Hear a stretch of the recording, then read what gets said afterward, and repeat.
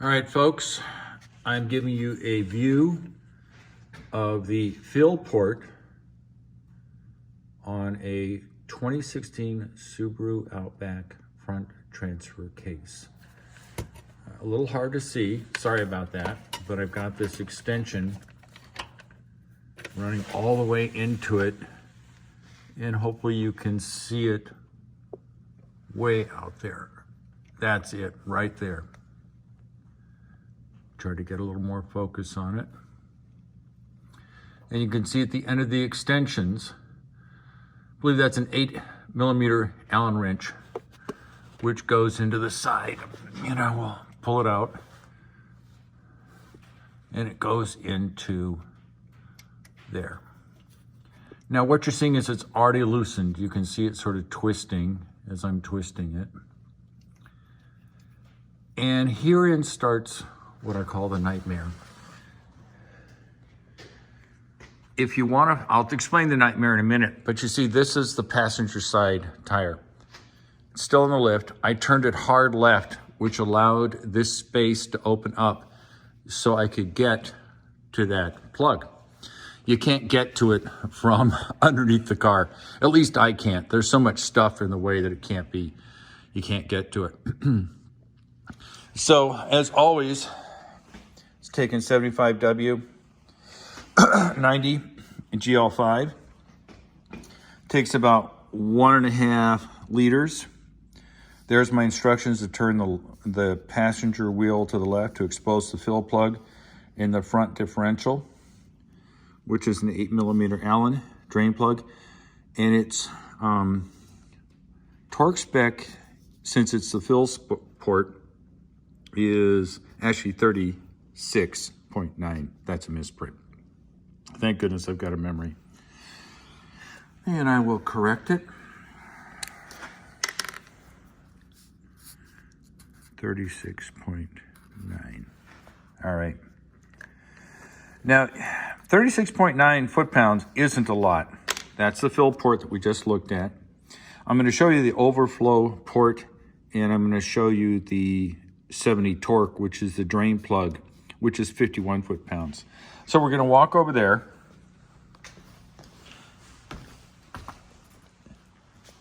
And we'll bring the light down. Get a little extra light over here. So what we have here is the drain. And that's a 70 torque, or torque 70. And that's 51 foot-pounds. And then over here we have, see if I can get a good picture of it. That's the overflow. Let's see if I can get my finger in the picture right there. And that's 36.9 foot-pounds. So there's 3 plugs. There's the overflow, which is used as you're using the fill plug up on the side. This is obviously closed. That's the drain plug. This is the overflow. And what you do is you fill it up until it starts to overflow on this plug. And that's when it decides it's full. I have no idea how that works. Because it looks lower than the drain plug. But I'm not going to get into the debate. I'll figure it out as I go along. Now, why was this a disaster? Because I couldn't get these plugs out. I had to beat on them. I used a breaker bar, this little puppy, and still couldn't get this drain plug out, which is 51 foot-pounds. So then what I did is I took a socket, and I will try to hang this thing here so I can give you a picture of what I was doing. I took a socket, applied it to this surface after spraying it for hours and hours and hours with PB Blaster, and proceeded to beat on it so that I could break any corrosion loose. This one I eventually just brutalized off using this breaker bar. And to say that it was terrifying to do it is an understatement. I thought I was going to break the case. all three of these plugs are so stuck on this front transfer case that I was actually going to get the help of a professional. I almost felt like I couldn't do it. So ultimately I ended up beating on it, more PB Blaster, and then I used an impact wrench to take a plug out, a Torque 70 out, that's only 51 foot-pounds. That's a huge impact wrench. I mean, I can take 150 foot-pounds off of that, and it struggled to get this loose. So the question is why? Well, I don't have an explanation yet as to why, but my feeling is each one of these plugs has a gasket. I think the gasket rusted and caused it to hold on between the case and the plug, and that was the problem. I don't think the threads are an issue, although I will look at it when I finally get the fluid drained.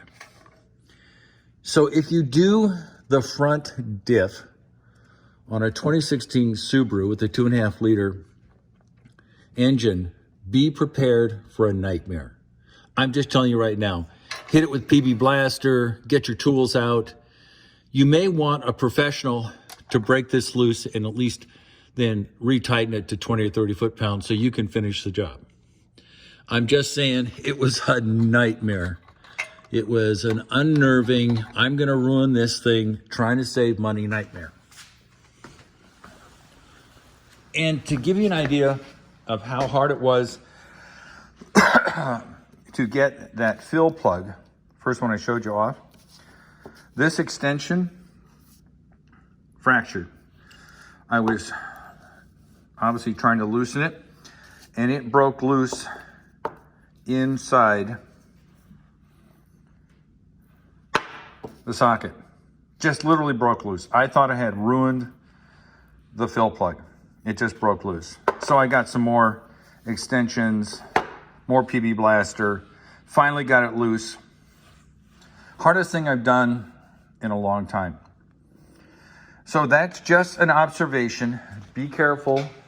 There's nothing easy about this. It looks easy. I have access to everything, and yet it almost kicked my butt. I'll be back. All right. This is the overflow plug, all right? And I'm a skeptic. I've loosened it, and I'm gonna open it up. Now, if it is an overflow plug, we should just get a few drips, nothing more, because that means it's correctly filled. So we will open it up, and we get a few drips. The plug doesn't have much in the way of schmutz on it, which is good. Put the plug over here. We'll then get the Torque 70. While I try to photograph it. Now, you see, I'm gonna try to get, oh, that's a terrible view.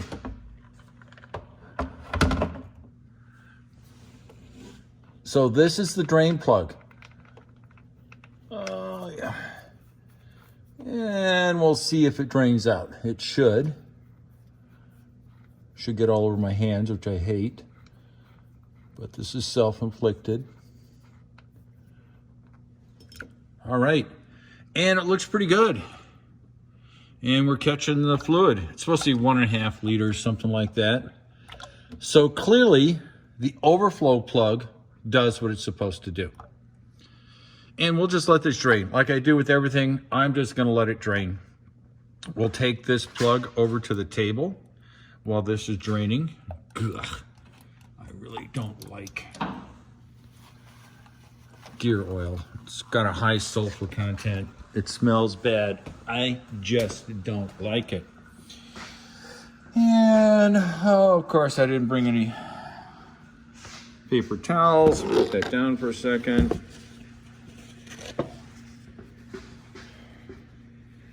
Sorry for everybody being blacked out for a second. Just happens that way sometimes. So this is the drain plug. It's magnetized.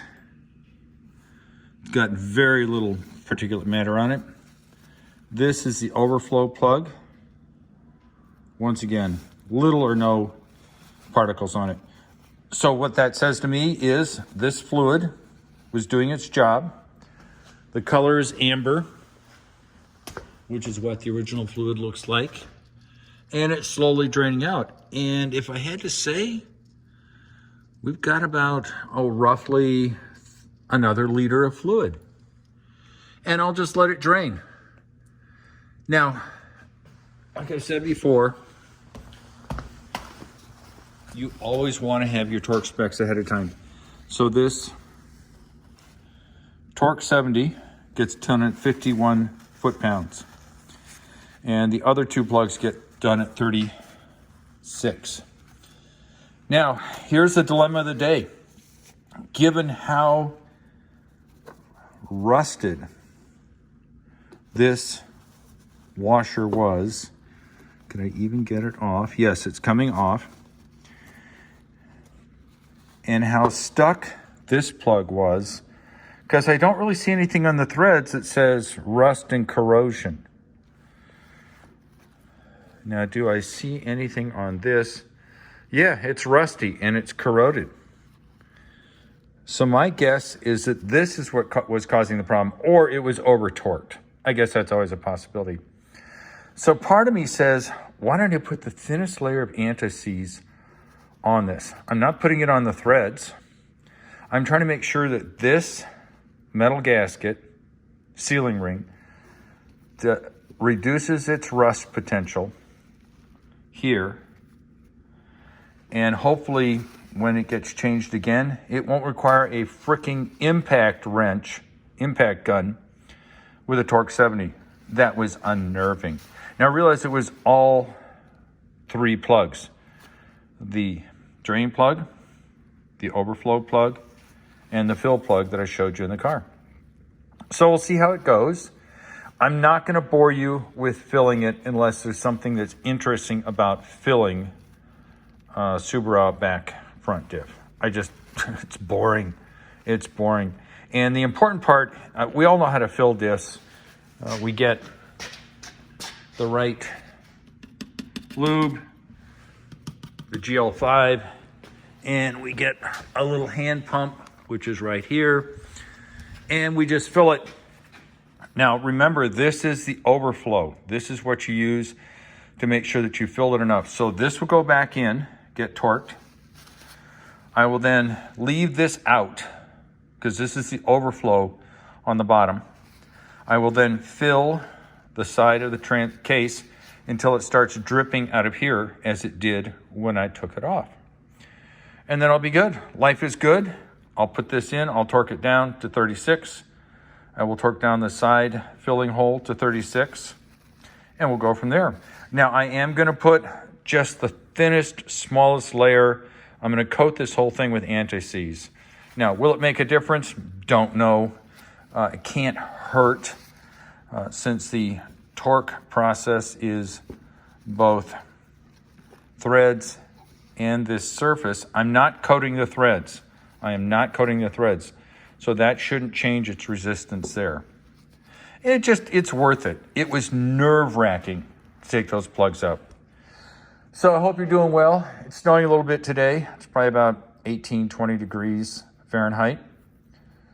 Once this is done, just to give you a little preview on what's gonna happen, I'm gonna hit the bottom of this vehicle with wool wax. You can see there's obviously some rust. It is a Midwest car.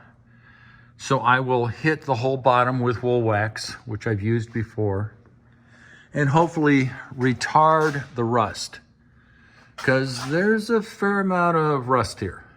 I will protect the brake rotors from any of the lanolin, the wool wax, and we'll just go from there. And I'll hit everything with wool wax. And now that I have a little record of what it looks like, in the years to come, I'll be able to say, hey, did it actually slow stuff down? I suspect it will. It's got a great reputation. I'm not gonna put it on the exhaust system. It'll just burn off. I will definitely put it everywhere else. So life is good. I hope you're having fun. Hope life is treating you well.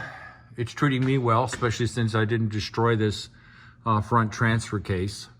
And we'll go from there. So I will talk to you later. Bye.